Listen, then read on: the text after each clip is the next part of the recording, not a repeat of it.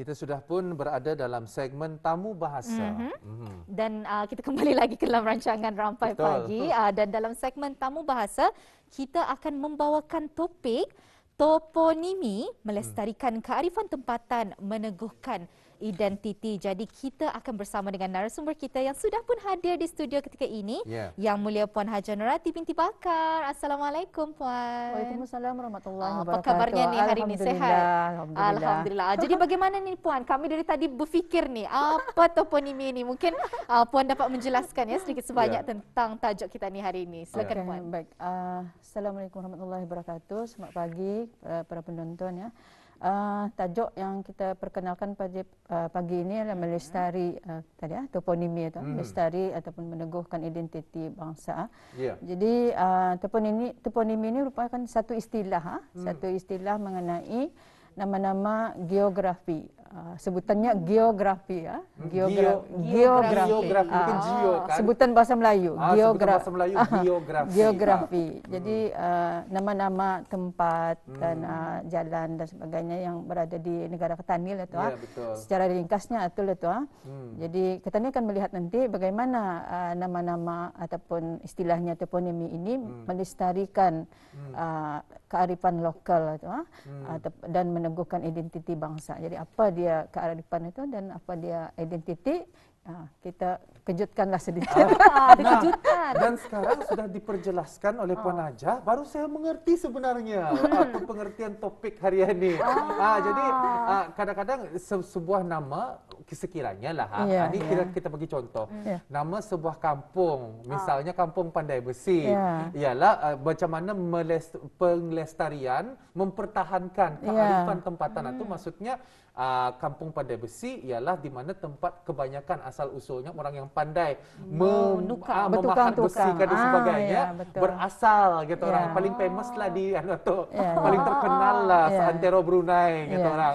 Jadi unsur mengenai istilah toponimia ni apa sebenarnya, daripada mana dan apa unsur-unsurnya kalau dapat dijelaskan? Okey, baik. Jadi mengenai unsur toponimi ini ialah kalau kita ni lihat pada nama geografi itu sendiri atau contoh saja nama kampung ya. Kita ada dua unsur sebenarnya yang kadang-kadang orang awam kurang maklum mengenai. Ada yang menyebut ini nama khas ni, ini tahu-taunya nama khas saja. Tapi sebenarnya dalam istilah toponimi ataupun penamaan nama-nama tempat ada dua unsur, iaitu spesifik itu nama khas dan juga nama umumnya, nama generiknya. Jadi ada dua unsur. Kalau kita melihat pada misal saja nama Kampung Rimba, contohlah Kampung Rimba, contohnya. Jadi kampung di sana tu keseluruhan nama-nama tempat menggunakan perkataan kampung, itu generiknya ataupun nama umumnya. Nama umumnya. Apabila kita seterusnya ada lagi di sebelah kanan kan ada nama lagi satu kan, itu nama spesifiknya ataupun nama khusus, nama khasnya. Rimba, itu yang khasnya.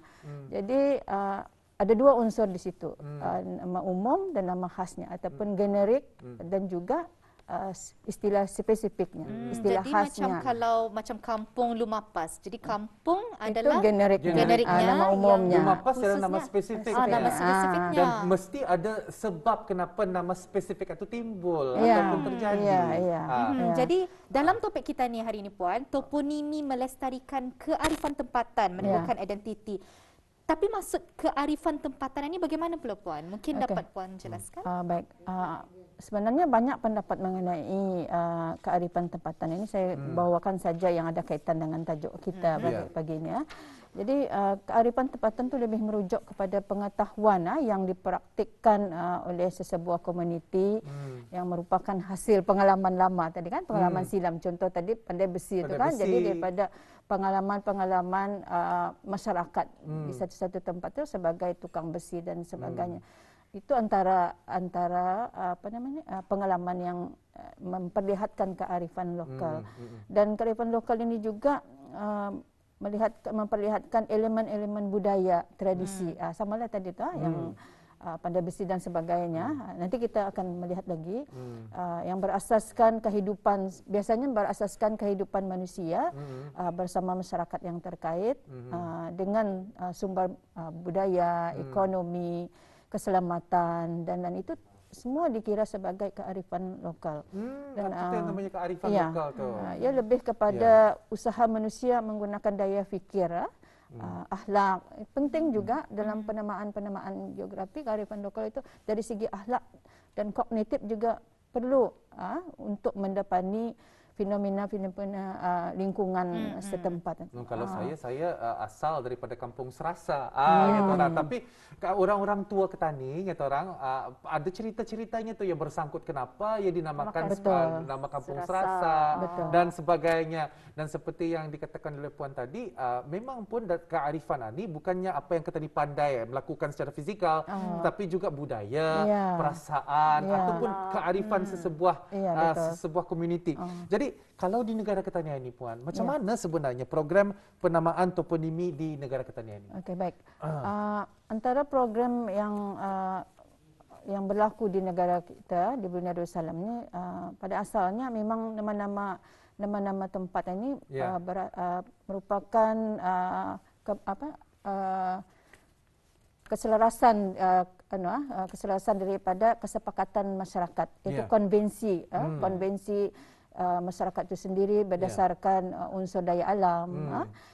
Jadi apabila menggunakan unsur daya alam, pastinya satu-satu tempat itu menggunakan nama-nama flora dan fauna misalnya, nama-nama haiwan, nama-nama tumbuhan. Contoh saja, misal saja di kampung saya misalnya, kampung Lemunin. Lemunin. Apa yang Lemunin itu apa sebenarnya? Jadi Lemunin itu menurut tuturan orang tua kita ni, sebenarnya ada perkataan munin di dalam Lemunin itu. Lemunin ada munin itu bahasa Tutong, dialek Tutong. Dialek Tutong. Maksudnya apa merujuk tu? kepada sejenis munsang. Tapi kalau lamu apa artinya tu? Kalau munin musang, lamu. Mungkin antara namanya tu munin lamu. itu lamun. Okey. Ya.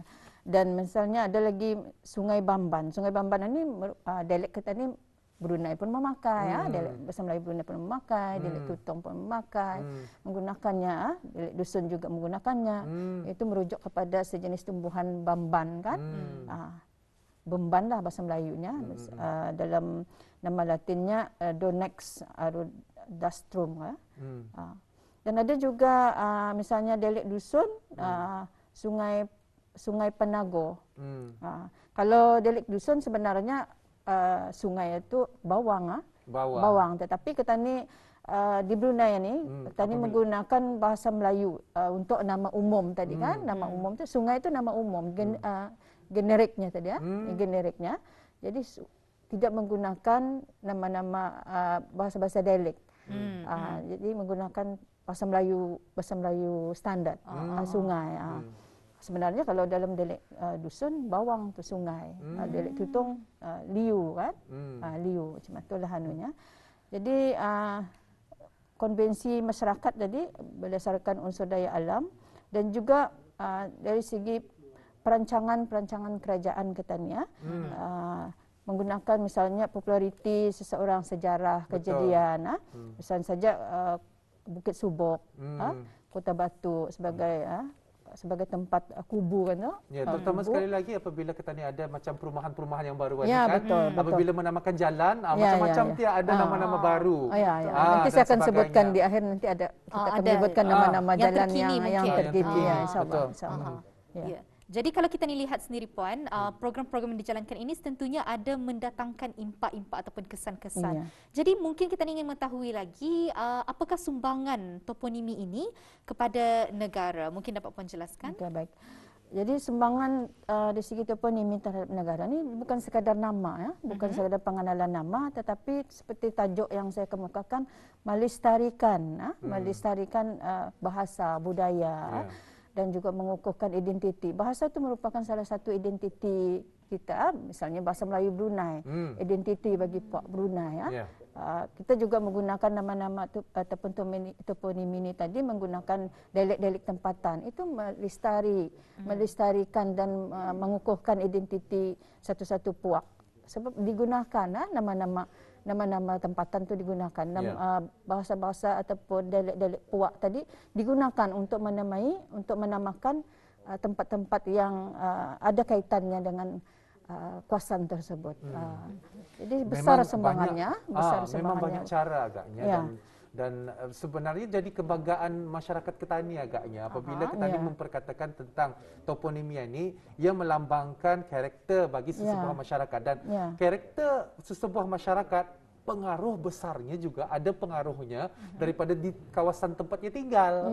Betul. Suasana, environment ini akan membentuk cara pemikiran sesebuah masyarakat dan sebagainya. Dan harusnya apabila kita memilih nama tersebut mesti jangan sembranak kata orang. Mesti ada sesuatu yang dikekalkan seperti yang dikatakan oleh Puan tadi. Ciri-ciri kebruneian itu masih ada. Jadi kalau saya mengatakan saya berasal daripada Serasa itu di mana? Yaitu di salah sebuah kampung di daerah Brunei Muara dan amalan-amalan orang Serasa itu berhampiran tinggal dengan pantai. Jadi amalan-amalannya ialah seperti memukat, pergi memancing.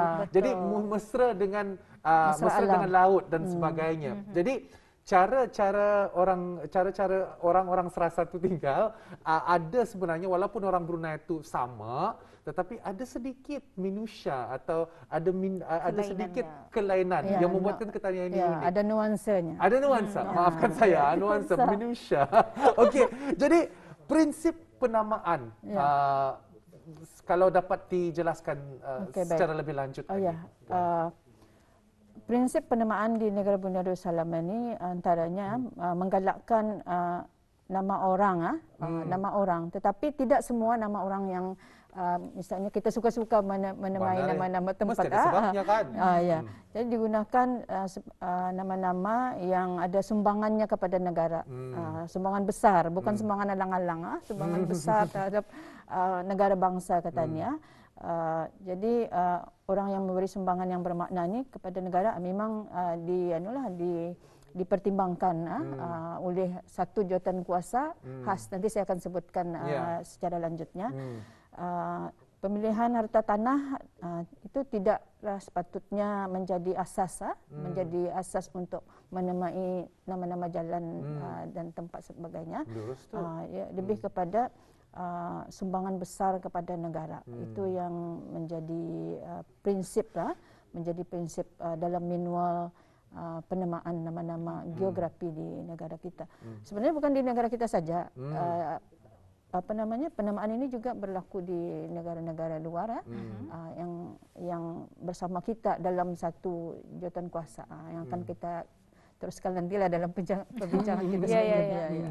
Jadi kita ni ingin menggalakkan menggunakan nama mereka yang telah memberikan sumbangan yang besar ni Puan.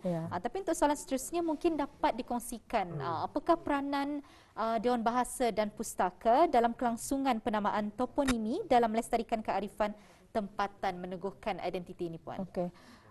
Sumbangan Dewan Bahasa dan Pustaka seperti namanya, Dewan Bahasa dan Pustaka merupakan organisasi yang diamanahkan menjaga ataupun menangani isu-isu kebahasaan di negara Brunei Darussalam. Jadi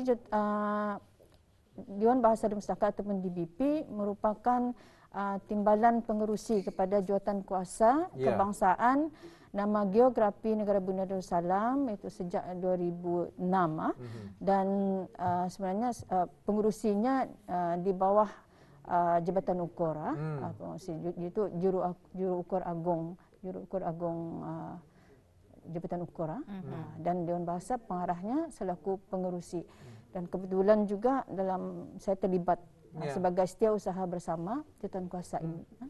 Tapi sebenarnya prosesnya macam mana ni kalau dapat diambil tahu? Ya memang ada orang-orang tertentu ya dalam pemilihan ni. Jadi bagi daripada pihak Puan sendiri, daripada pihak Dewan Bahasa Pustaka, adakah ingin menyediakan nama-nama yang sesuai agaknya untuk dijadikan untuk diguna pakai atau macam mana? Okey.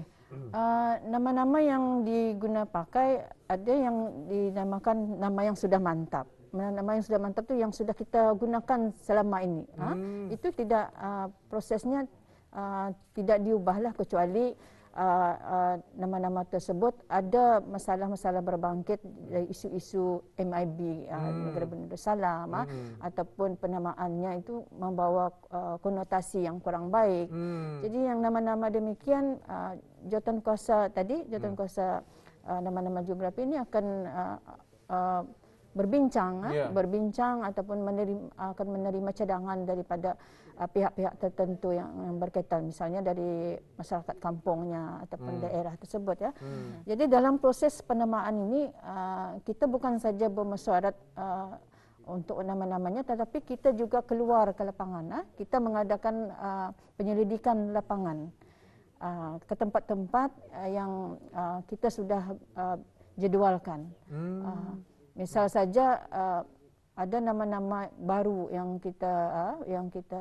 dicadangkan, tetapi perlu kita ke lapangan untuk memastikan fizikalnya wujud atau tidak, atau bagaimana sejarahnya di tempat tersebut, dan sebutannya bagaimana. Jadi di situ peranan besar Dewan Bahasa dan Pustaka, kita sebagai orang yang mengetahui dari bidang linguistik, kita menggunakan mungkin sastra, penggunaan sastra dan sebagainya, menggali-gali sejarah agaknya. Ya, kalau sejarah itu ada ahlinya dari Pusat Sejarah.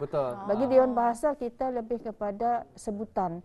Jadi apabila kita pergi ke lapangan yang melibatkan misalnya Puak Dusun, Puak Belait, Puak Murut misalnya. Di situ sebutan-sebutan bahasanya atau dialeknya memerlukan kepakaran bidang linguistik, iaitu fonetik. Ya.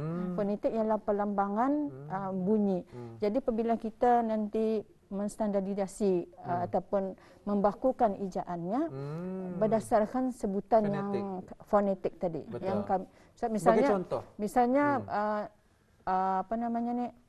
Daran, Sungai Daran, misalnya, itu bahasa dusun, dialek dusun, menggunakan bunyi tadi ada vilar, bunyinya atau daran. Jadi kami akan melambangkan. Jadi macam mana tu kalau diijak?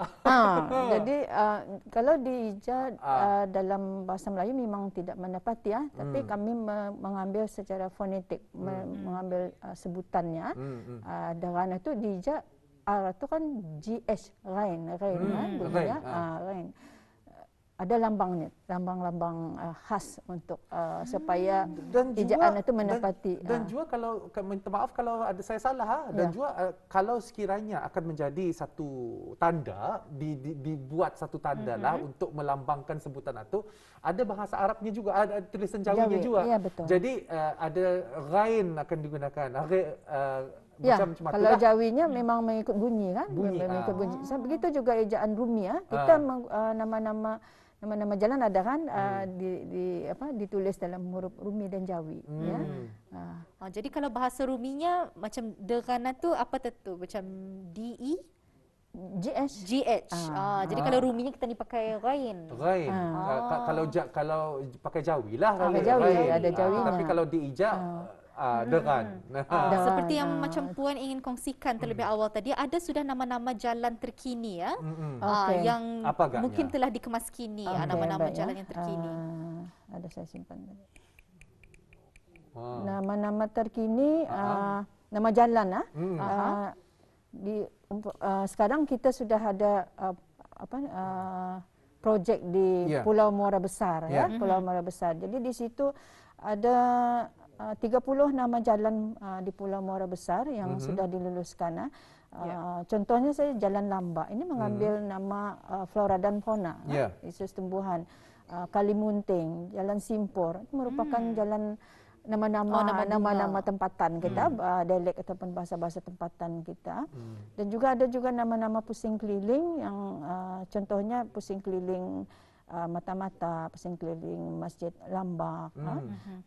Jadi nama-nama ini bukan sekadar penting, amat penting, terutamanya dari segi keselamatan.